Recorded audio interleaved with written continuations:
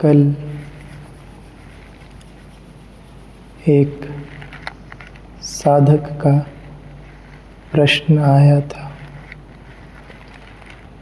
बड़ा ही महत्वपूर्ण प्रश्न सभी साधकों के लिए है। ये प्रश्न था, गुरुजी, एक साधक का जीवन किस प्रकार होता है? साधक अपने जीवन को किस प्रकार से जीता है? उसके जीवन में और सामान्य व्यक्ति के जीवन में क्या कोई बदलाव होता है? क्या कोई अंतर होता है? इसे समझाने की कृपा करें।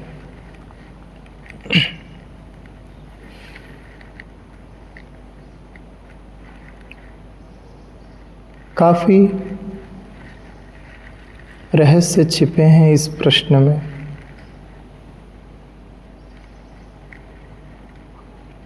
काफ़ी गहराइयाँ हैं इस प्रश्न में। एक साधक और एक सामान्य व्यक्ति के जीवन में बहुत बड़ा अंतर होता है। दोनों के जीवन में ज़मीन और आसमान जितनी दूरी होती है।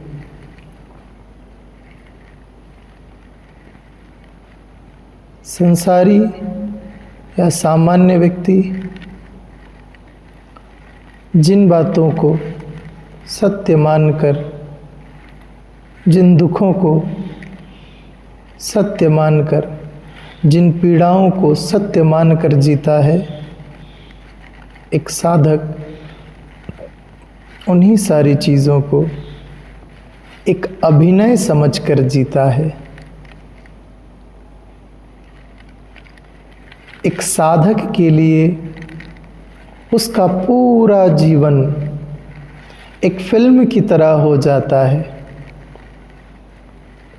जैसे फिल्म चल रही है और मुझे पात्र मिल गया है, ये समझ में भी आ गया है, वही साधक है।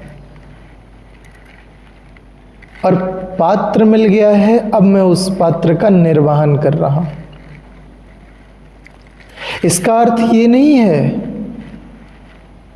कि मैं जिम्मेदारियों को छोड़कर चला जाऊं, नहीं, बल्कि जिस क्षण मुझे यह समझ में आ गया कि ये फिल्म चल रही है और मुझे एक पात्र मिला हुआ है, तब मैं और परिपूर्णता से उस पात्र का निर्वहन करूं। ऐसे पात्र का निर्वहन करूं कि आने वाले समय में मेरा नाम, वो डायरेक्टर जो इस फिल्म की शूटिंग के पीछे बैठा है, वो फिल्म फेयर के लिए भी चयन कर ले। इतनी अच्छी एक्टिंग हो जाए मेरी। फिल्म छोड़कर भागता नहीं है वो साधक। जिस क्षण उसे समझ में आ जाता है कि फिल्म ही है ये, उस क्षण वो और आनंदित हो करके अपने पात्र का निर्वहन करता है। और ऐसे कि सामान्य व्यक्ति भी उसके सामने फीका पड़ जाए। हर स्थिति को वो इतनी प्रसन्नता से, इतने आनंद से, इतने भाव में आकर निर्वहन करता है। लेकिन हाँ, बस उसको पीछे ये ज्ञात हो जाता है कि मात्र मैं इस पात्र का निर्वहन कर रहा हूँ, इस भूमिका को अदा कर रहा हूँ। क्योंकि आज ये फिल्म मुझे मिली है, पहले की मेरी एक्टिंग्स को देख करके, मेरी स्किल्स को देख करके सदा सदा ये फिल्म नहीं होगी। ये फिल्म समाप्त हो जाएगी तो एक नई फिल्म मिल जाएगी मुझे, उसका भी मैं अच्छे से निर्वहन करूंगा। अपनी भूमिका को नहीं छोड़ूंगा, अपनी भूमिका में रहते हुए उस अभिनय को बाखूबी निभाऊंगा। और पीछे से ये भी स्मरण बनाकर रखूंगा कि मूल में मैं कुछ और हूं। सामान्य व्यक्ति उस फिल्म को सत्य मानकर जीता है। ये फिल्म ही सत्य है, ये पात्र नहीं, ये मेरे जीवन के अंग हैं। अब इनसे मेरा जन्मों जन्मों का संबंध है, सदियों सदियों का। और जैसे ही ये वो अपनी धारणाओं को दूसरे पर थोपता है, उसकी पीड़ाएं, उसका दुख, उसका अहंकार, उसका क्रोध, उसका द्वेष बढ़ने लग जाता है। अरे जिस दिन ये समझ ही आ गया कि पात्र चल रहे हैं और सब आकर के अपने अपने कैरेक्टर को प्ले करके जा रहे हैं, उस दिन भला क्रोध किस पर करोगे तुम? जिस दिन ये पता चल गया कि मुझे अपने इस अभिनय को बाखूबी निभा देना है और इससे आगे बढ़ जाना है, उस क्षण अहंकार कैसे जन्मेगा तुम्हारा? जिस दिन समझ ही आ गया कि चल रहा है, इसे खेल की तरह खेलो, उत्सव की तरह मनाओ। फिल्म तुम्हारे लिए एक उत्सव हो जाए, लेकिन हाँ, बस भीतर तुम्हें तुम्हारा स्मरण बना रहे। इतना ही अंतर है एक साधक और एक सामान्य व्यक्ति के जीवन में।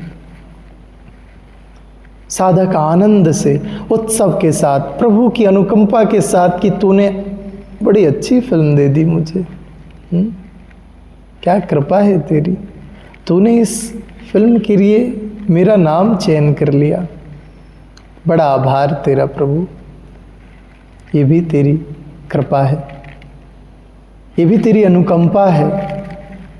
मैं तुझे निराश नहीं होने दूंगा, तेरी फिल्म को बाखूबी निभाऊंगा। ये कब पता चलता है? जब हमें हमारा स्मरण बना रहे। एक साधक अपना स्मरण बनाते हुए बहुत आनंद के साथ सब कुछ निर्वहन करता हुआ यात्रा पथ पर निकलता चला जाता है। एक सामान्य व्यक्ति उसी को पकड़कर बैठ जाता है और रोता रहता है। उसके दुख ही समाप्त नहीं होते, क्योंकि उसके लिए तो ये सब सत्य है। तुम अपनी भूमिका को अच्छे से निर्वहन करो और निर्वहन करते हुए बढ़ते चले जाओ। अब ये पता कैसे चलता है कि मैं साधक हूं भी कि नहीं? इसके लिए उसे गुरु खोजना पड़ता है। बस इसीलिए है वो गुरु जो तुमको तुम्हारी साधकता तक पहुंच जाए, जो तुमको तुम्हारी मूल निजता तक पहुंचा दे, जो तुम्हें तुम्हारे निज अस्तित्व तक लाकर खड़ा कर दे, जो तुमको सत और असत के बीच का अंतर बता दे।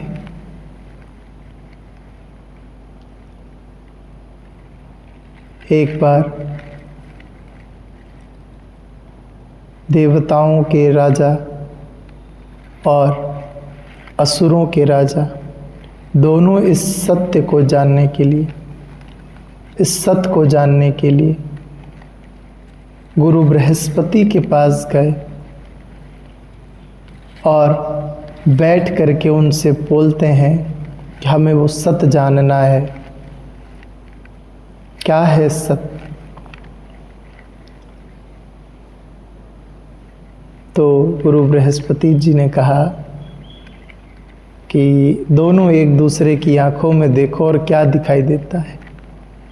दोनों ने कहा कि हमें अपनी अपनी परछाई नज़र आ रही है इस शरीर की। बृहस्पति जी ने कहा यही है सत्य। तो असुरों के राजा ने उस दिन यह विचार किया कि अच्छा, ये शरीर ही ब्रह्म है, शरीर ही आत्मा है, शरीर ही सत्य है, ठीक है। और वो पुनः चला गया।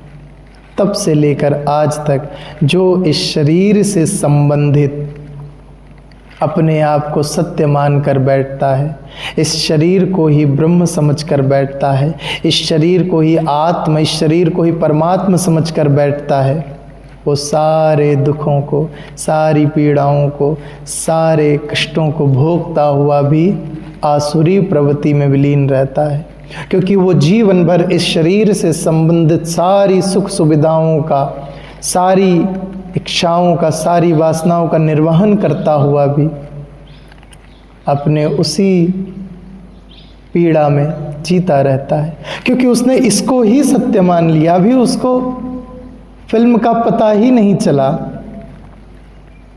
अभी अपने कैरेक्टर को वो सत्य मानकर बैठ गया।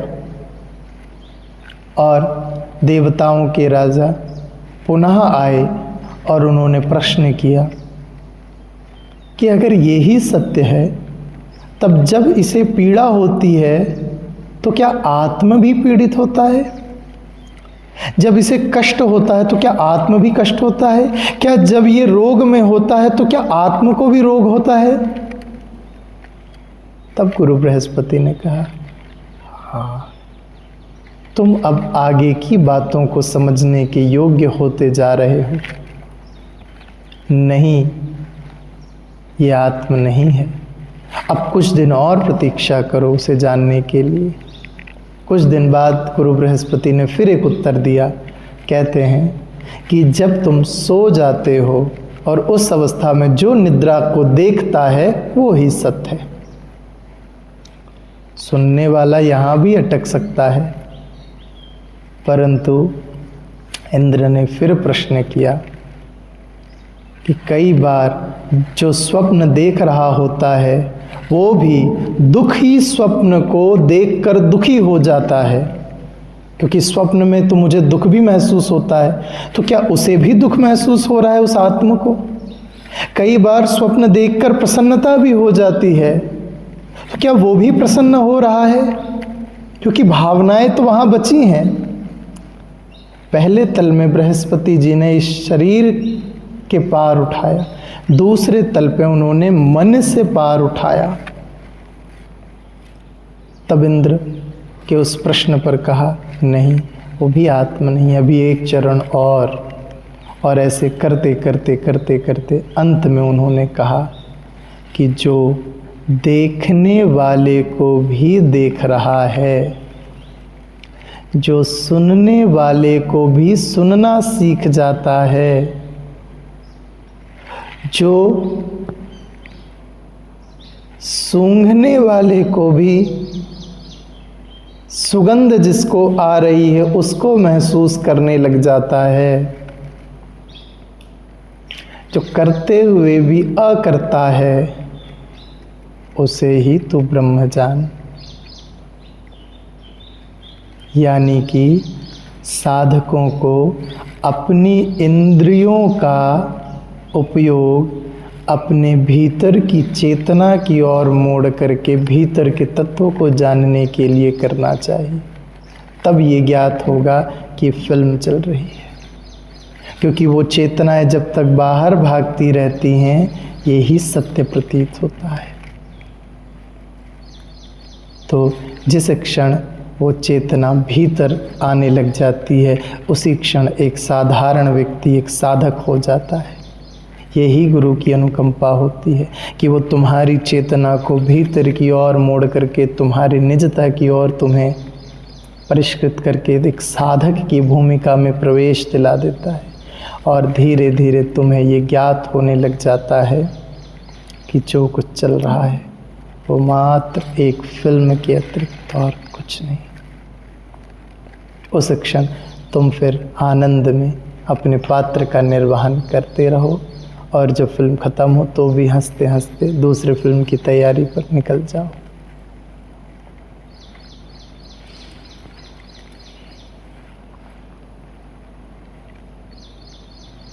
इसके अलावा कोई प्रश्न?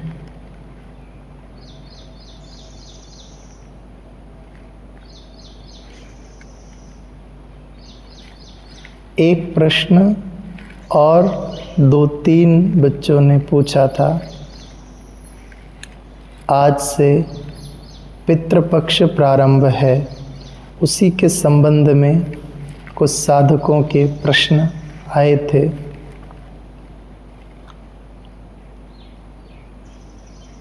पितृपक्ष को थोड़ा सा स्पष्ट करके समझाइए, ऐसा उनका प्रश्न था। इस विषय को बहुत बारीकी से अभी समझाने का समय नहीं आया है, परंतु कुछ प्रयोग हम बताते हैं जिनको इन 15 दिनों में आप करके देखना, वो चीज़ें महसूस होंगी। ये जो 15 दिन होते हैं, इन 15 दिनों में लोग अपने पितरों को जब अर्पण या जो भी करते हैं, उससे साधारण मनुष्य की ऊर्जा जो होती है वो कम होती चली जाती है। यानी वो चेतनाएं आपसे ऊर्जा ले रही होती हैं। ये 15 दिन उनकी ऊर्जा को बढ़ाने के दिवस होते हैं। आपकी ऊर्जा कम होती हुई महसूस होगी इन 15 दिनों में। तो इन बातों का ध्यान रखना कि साधना चलती रहे, ध्यान को गहराई में महसूस करना, जितना कम हो सके उतना बात करना, जितना कम हो सके उतना अपनी चेतना को गलत दिशा की ओर लेकर के जाना, जितना कम हो सके क्रोध, प्रलाप, अहंकार, उद्वेष, इन चीज़ों से बचना। क्योंकि जैसे ही ऊर्जा कम होती है साधक की, वो तुरंत ये चीज़ें जागृत होने लग जाती हैं। अपने आप को संभालना, साधक उस तल पर आ जाता है कि ये चीज़ें उसे प्रभावित नहीं करती, और आप पाओगे कि ऊर्जा कम होते हुए भी आप पूर्ण रूप से ऊर्जावान बने हुए हो।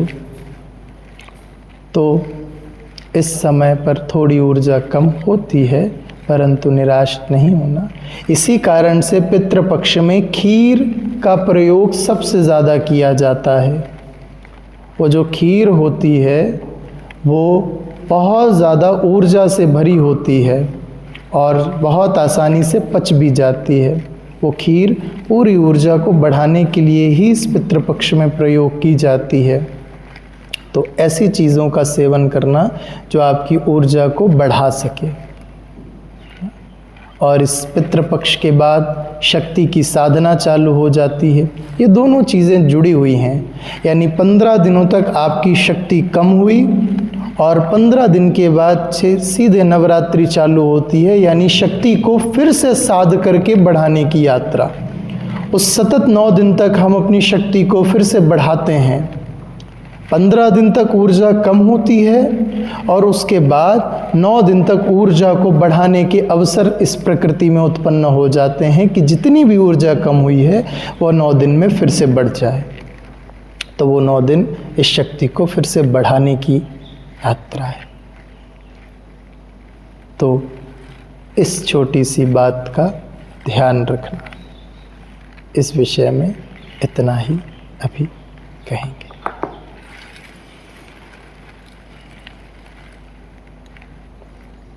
आज के लिए इतना पर्याप्त है। हरि ओम।